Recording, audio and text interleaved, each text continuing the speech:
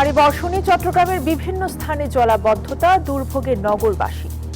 এই জায়গাটায় কোনো উন্নতি হলো না। আজকে আমি 2 বছর ধরে এই এলাকায় আছি, বর্ষাতে অসম্ভব কষ্টের মধ্যে আছি। কত কষ্ট করে পার্বত্য 3 জেলায় পাহাড় ধসের ঝুঁকিতে মানুষ।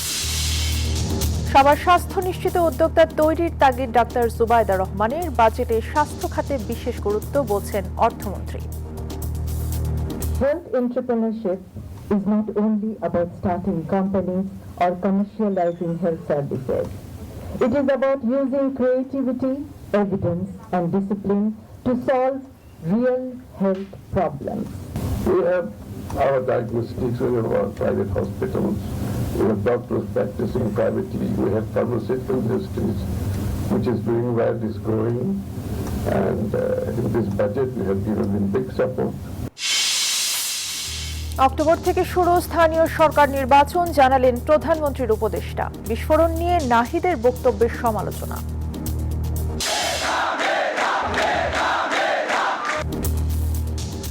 2024 সালের এই দিনে বাংলা ব্লকেট কর্মসূচি পালন করে শিক্ষার্থীরা। নতুন মাত্রা পায় বৈষম্য বিরোধী আন্দোলন।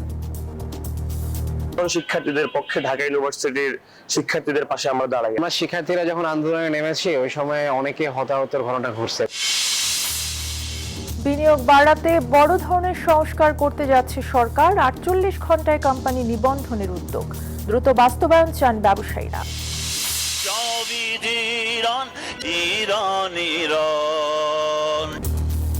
পবিত্র কোম নগরে আয়াতুল্লাহ খামেনির স্মরণে বিশাল শোকযাত্রা।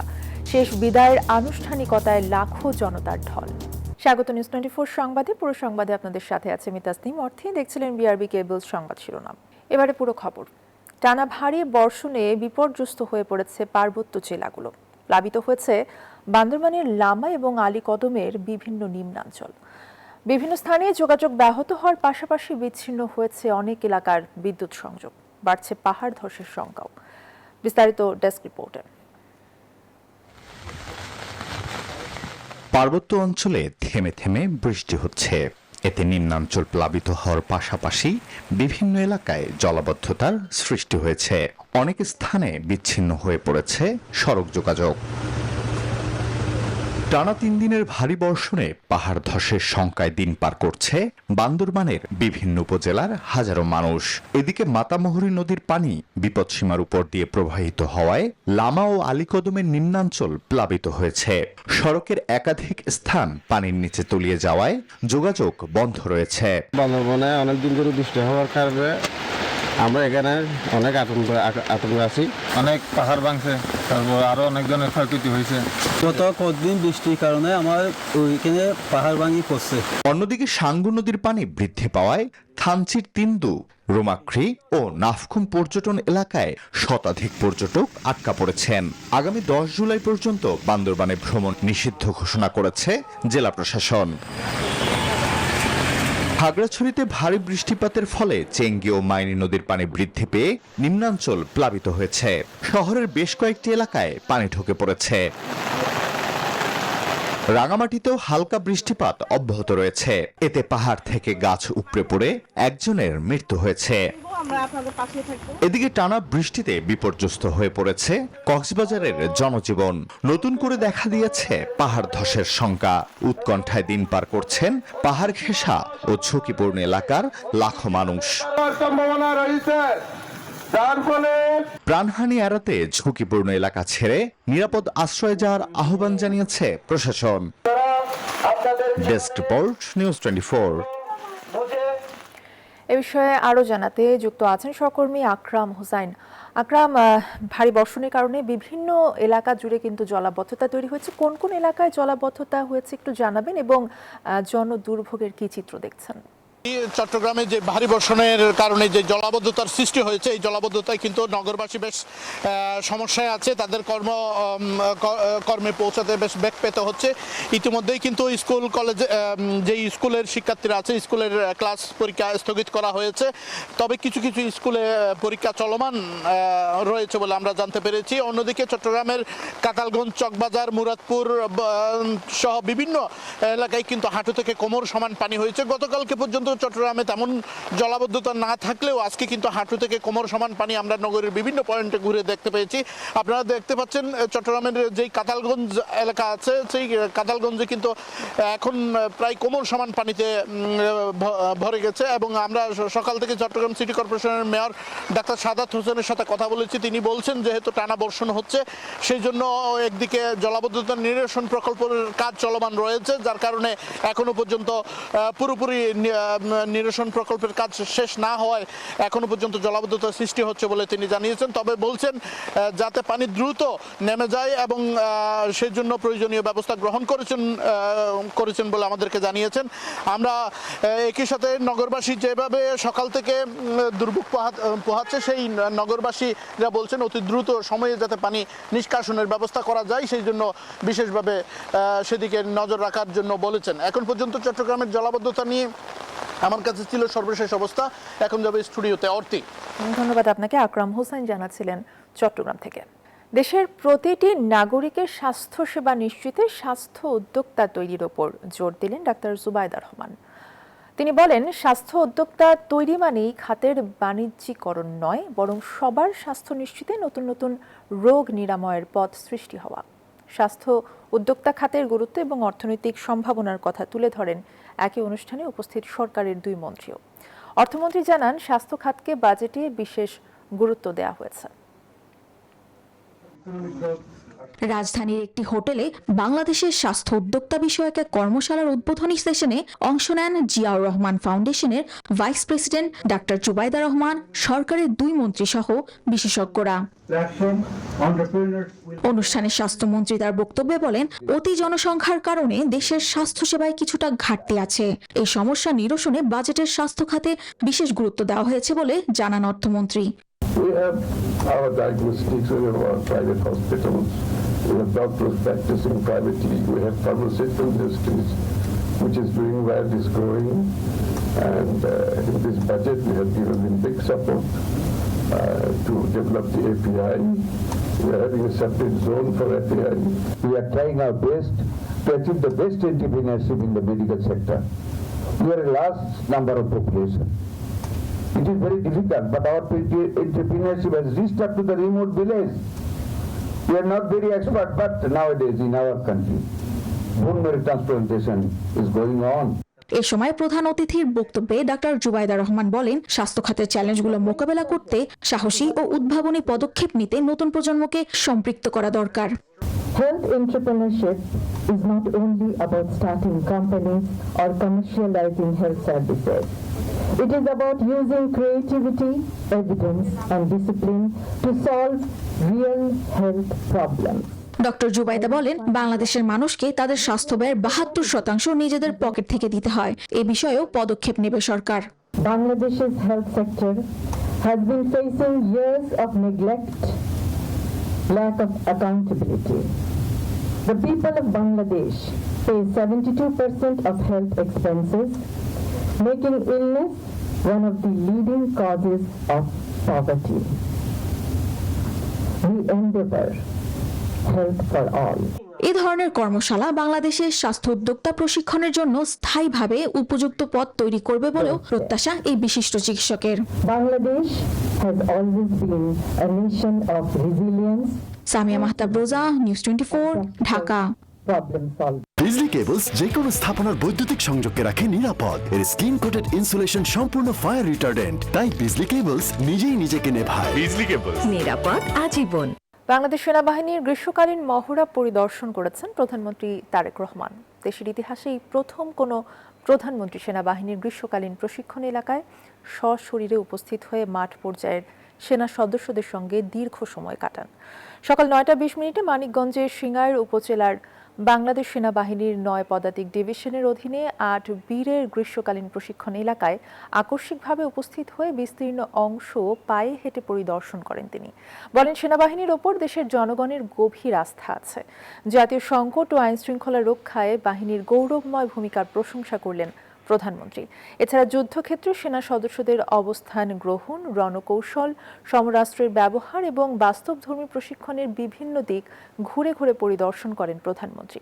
সেনা বাংকারে নেমে মহড়ায় অংশগ্রহণকারী অফিসার এবং সেনা সদস্যদের সঙ্গে রণকৌশল নিয়ে মত বিনিময় করেন। এক পর্যায়ে মহড়ায় অংশগ্রহণকারী সেনা সদস্যদের জন্য প্রস্তুত করা তাৎক্ষণিক রান্না করা খাবার গ্রহণ করেন এবং তাদের সঙ্গে চা পান করেন প্রধানমন্ত্রী তারেক রহমান।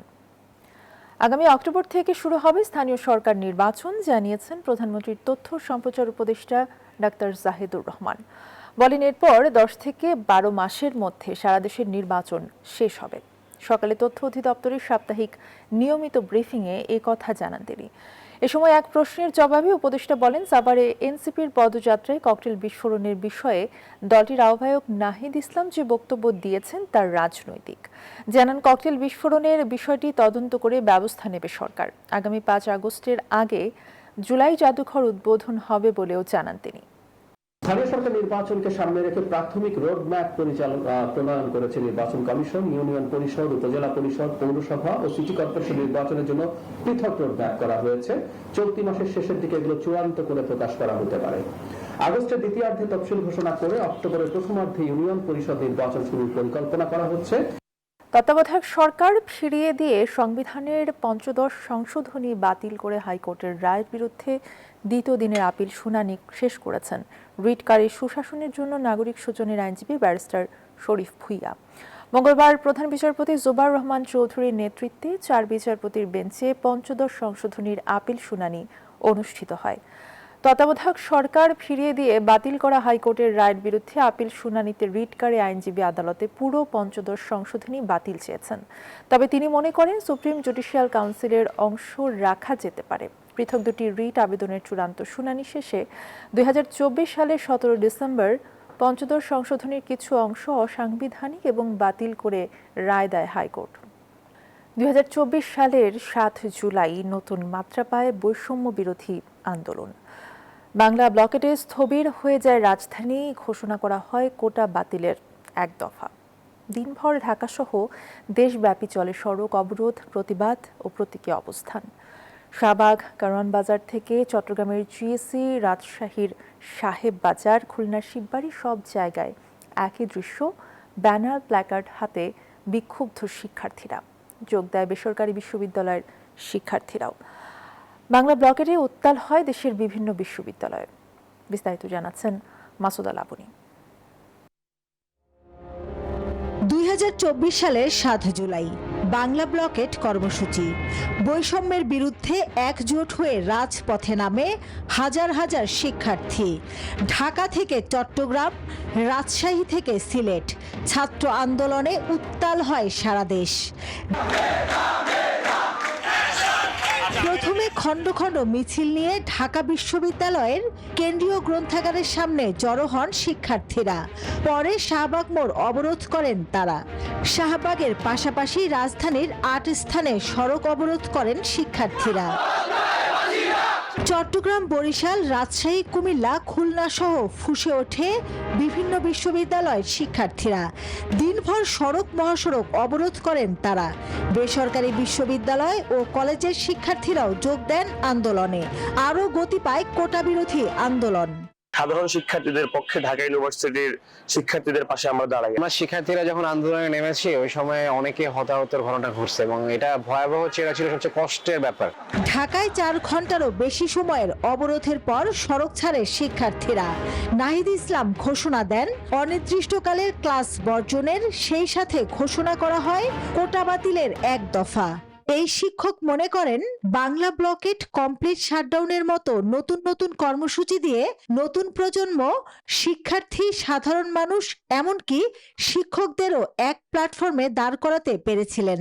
গতানুগতিক ধারার কোনো আন্দোলন ছিল সেটি নয়, এখানে অনেক সৃজনশীলতা ছিল, এটা বুদ্ধিভিত্তিক যে বই প্রকাশ সেটি ছিল। কারণ যেভাবে ফেসিবাদ জেকে বসেছিল, ট্রেডিশনাল কর্মসূচি বা ভাষার ব্যবহারের বাইরে গিয়ে নতুন করে মানুষকে আন্দোলিত করবে সে ধরনের কর্মসূচি এবং কর্মসূচির নাম খুব গুরুত্বপূর্ণ ছিল। যেমন বাংলা ব্লকের কথা আমরা জানি, শাটডাউনের কথা জানি, আমাদের টিচারদের ক্ষেত্রে আমরা দেখেছি যে নিপীড়ন বিরোধী শিক্ষক একসাথে হয়েছে সবাই। রাজনৈতিক বিশ্লেষকদের মতে বৈষম্য বিরোধী সেই লড়াই এখনো শেষ হয়নি, তবে বৈষম্যহীন বাংলাদেশ করার দুয়ার এখনো খোলাই আছে। একটা গ্রুপ এটাকে কুক্ষিগত করার চেষ্টা করেছে এবং যার ফলে আমরা যে লিবারাল ইনক্লুসিভ ডেমোক্রেসি প্রস্তুত করার কথা বলেছিলাম সেই জিনিসটা হয়নি। এই ব্যাপারে আমার কোনো দ্বিমত নেই, কিন্তু একই সাথে এটাও সত্যি যে এটা যে শুধু বাংলাদেশের ক্ষেত্রে ইউনিক একটা সিচুয়েশন তা না, গণ অভ্যুত্থান পরবর্তী অনেক রাষ্ট্রই এরকম একটা সিচুয়েশনের মধ্য দিয়ে যায়।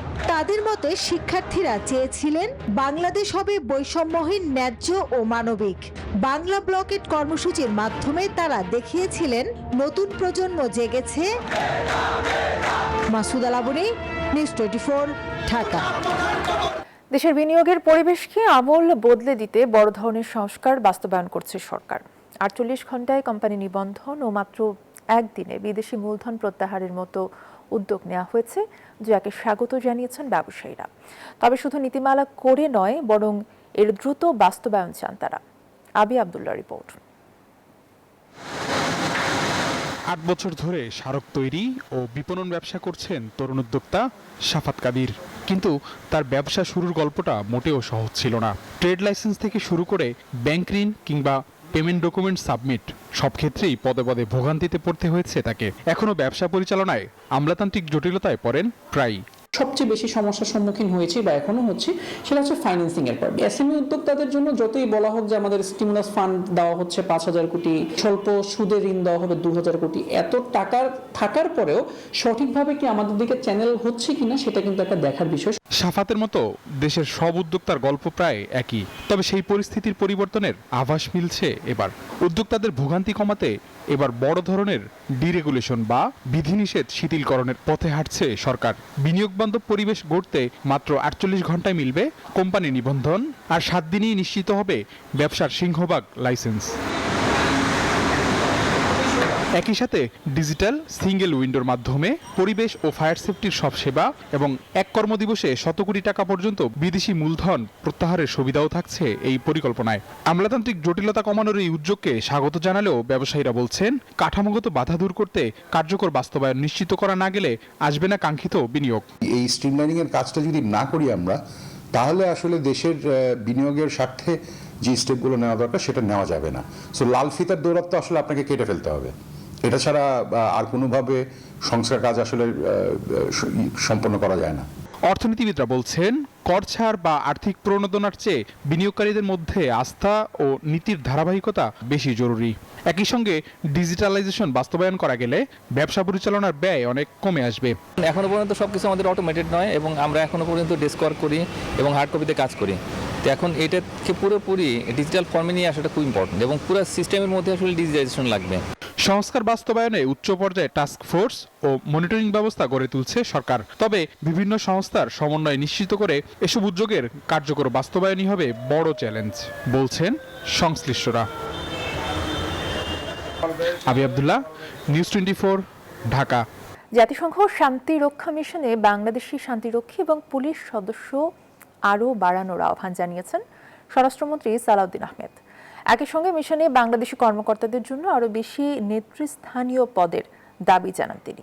সোমবার স্থানীয় সময়ে নিউ ইয়র্কে জাতিসংঘের আন্ডার সেক্রেটারি জেনারেল জঁ-পিয়েরে ল্যাক্রোয়া এবং অতুল খাড়ের সাথে পৃথক বৈঠকে তিনি এই আহ্বান জানান। এ সময় স্বরাষ্ট্রমন্ত্রী হাইতিতে বিশেষায়িত পুলিশ ইউনিট পাঠানো এবং দ্রুত মোতায়েনযোগ্য বাহিনীর সক্ষমতা বাড়ানোর প্রস্তাব দেন।